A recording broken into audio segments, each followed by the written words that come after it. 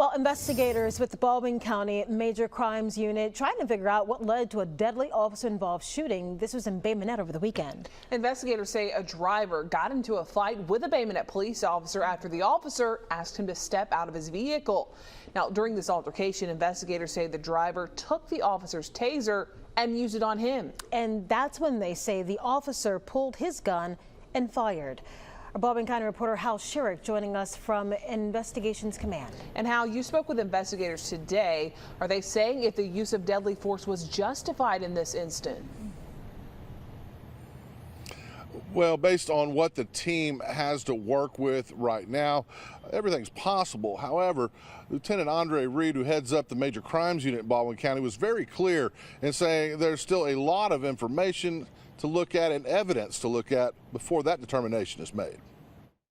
We are an independent group doing this investigation. So if there were any wrongdoing or if there's something afoot, we're going to find out. The Baldwin County Major Crimes Unit responded to the scene on Lower Street Saturday morning after a Bay Minette police officer shot Otis French Jr. French died at the hospital. The circumstances leading up to the shooting are what investigators are trying to figure out. The officer pulled French over for a taillight issue and asked him to exit the car. That's when investigators say things turned violent. According to investigators, French and the officer began fighting, with French pushing the officer to the ground and trying to flee. It's when the officer caught up with French, they say he unsuccessfully attempted to tase him. And they continued that fight. Mr. French somehow wrestled the taser away from the officer, and the officer responded by shooting Mr. French.